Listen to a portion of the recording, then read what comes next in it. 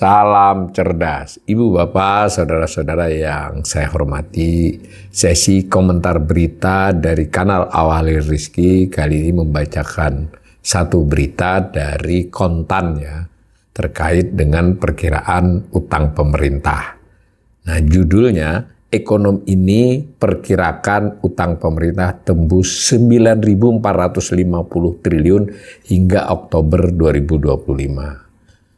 Ditulis hari Minggu 23 November jam 11.28 siang. Beritanya begini, ekonom Bread Institute Awali Rizki, jadi yang dikutip ini saya sebenarnya ya, memperkirakan posisi utang pemerintah hingga Oktober 2025 telah mencapai 9.450 triliun. Ini benar dari pernyataan saya di sebuah rilis ya. Perhitungan ini dilakukan karena laporan APBN kita edisi November yang dirilis Kementerian Keuangan tidak menyajikan data posisi utang pemerintah secara langsung. Pemerintah dalam hal ini Kementerian Keuangan, Menteri Keuangan dan jajarannya itu melakukan siaran pers ya.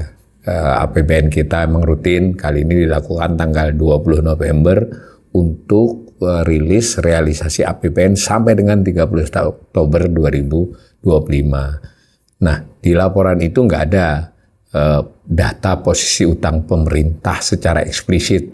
Dan ini sudah berlangsung selama sepanjang tahun 2025. Setiap rilis APBN kita tidak ada. Nah, tahun-tahun yang lampau setiap rilis APBN kita bulanan itu ada posisi utangnya. Nah, saya bacakan lagi, mengutip dari saya juga ini. Dalam laporan tersebut, saya mengutip dari rilis APBN kita, pemerintah mencatat pendapatan negara sebesar 2.113,3 triliun dan belanja 2.593 triliun. Nah, dari perhitungan selisih keduanya hingga 31 Oktober mengalami defisit ya APBN ya 479,7 triliun. Nah, untuk menutupi defisit, pemerintah itu menarik pembiayaan anggaran 532,9 triliun. Nah, jadi kelebihan sebenarnya. Maka sebetulnya ada sisa lebih pembiayaan anggaran Silpa sampai 31 Oktober sebesar 53,2 triliun. Sebenarnya tidak ada dinyatakan Silpa di situ ya. Ini cara saya menghitung, karena kalau biasanya begitu, biasanya disajikan, tapi sudah beberapa bulan ini Silpa juga tidak disajikan. Ini menarik ya, posisi utang tidak disajikan, Silpa tidak disajikan.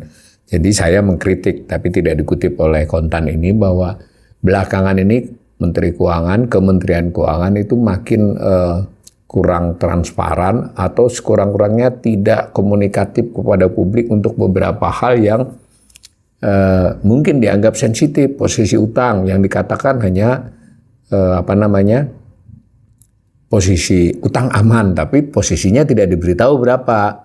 Nah, posisi utang dikatakan hanya disampaikan tiap 3 bulan ya. Alasannya tiap 3 bulan itu supaya bisa dicocokkan dengan publikasi BPS tentang PDB. Jadi ada rasio utang atas PDB yang sesuai gitu loh mestinya. Tapi ini 30 September sudah ada sebetulnya rilis PDB oleh BPS akhir September.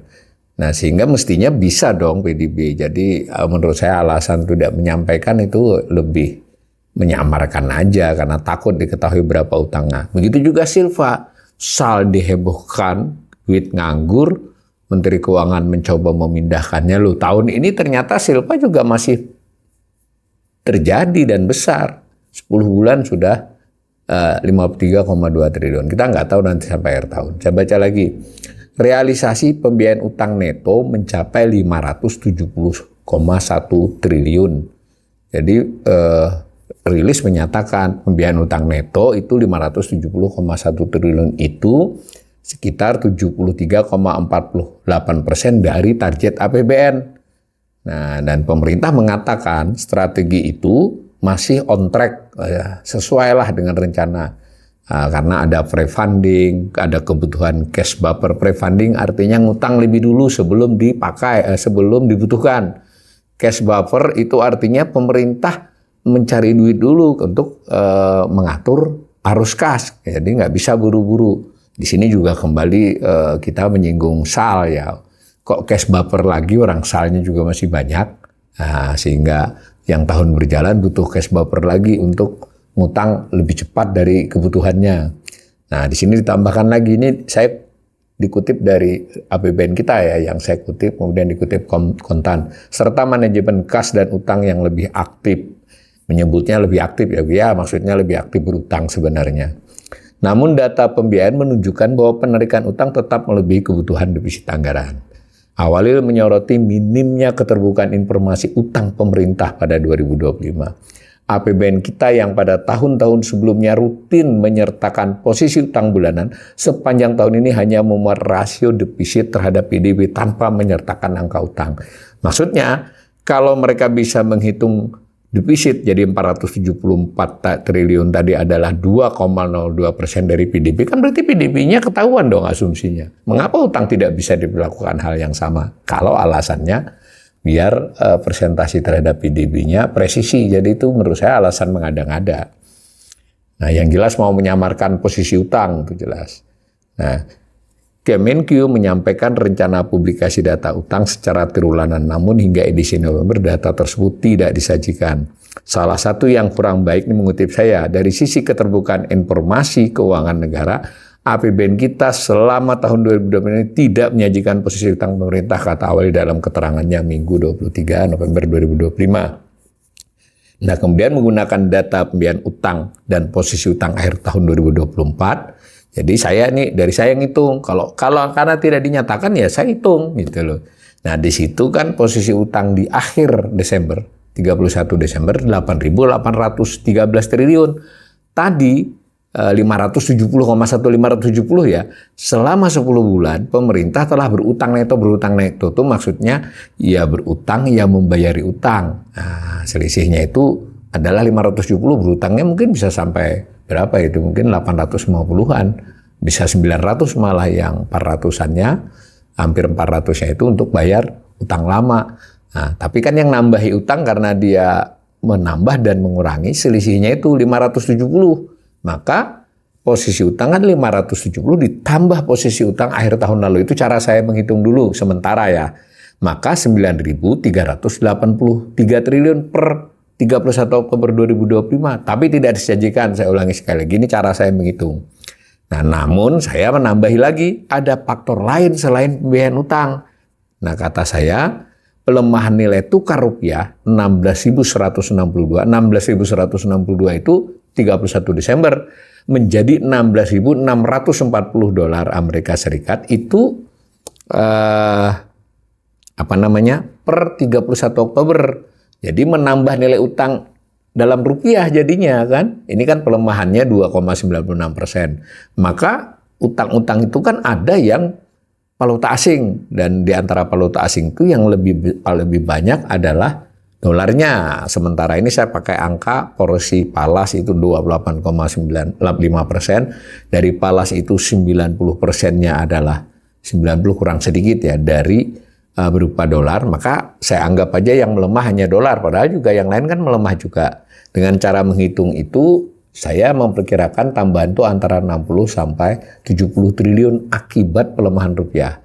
Nah, saya supaya angkanya bulat, saya buat aja 67 triliun. Maksudnya kalau dijumlahkan bulat, maka tadi 9.383 triliun karena posisi utang ditambah pembiayaan utang, lalu ditambah pelemahan utang, itu maka menjadi 9.450 triliun. Perlu digarisbawahi ya, seandainya rupiah menguat, maka ada aspek menurunkan juga posisi utang sejumlah penguatan itu, seporsi penguatan itu atas utang valuta asing khususnya dolar. Nah, jadi saya dengan hitungan begitu 9.450 triliun. Nah, kemudian dikutip lagi nih, Awalil memproyeksikan utang pemerintah masih akan meningkat di sisa waktu 2 bulan. Dari catatan itu November dan Desember bisa mendekati 9.600 triliun pada akhir 2025. Jadi 9.450 nanti bertambah kurang lebih 150. Dan ini juga bergantung pada pelemahan rupiah ya. Kalau lebih lemah bisa lebih dari 9.600. Nah, jadi bertambah segitu meskipun kalau dihitung secara rasio atas PDB masih ya stuck lah ya, masih stabil di kisaran 40 kurang sedikit atau lebih sedikit dari 40%. Itu yang saya sampaikan dalam keterangan tertulis dikutip berbagai media, salah satunya Kontan ini.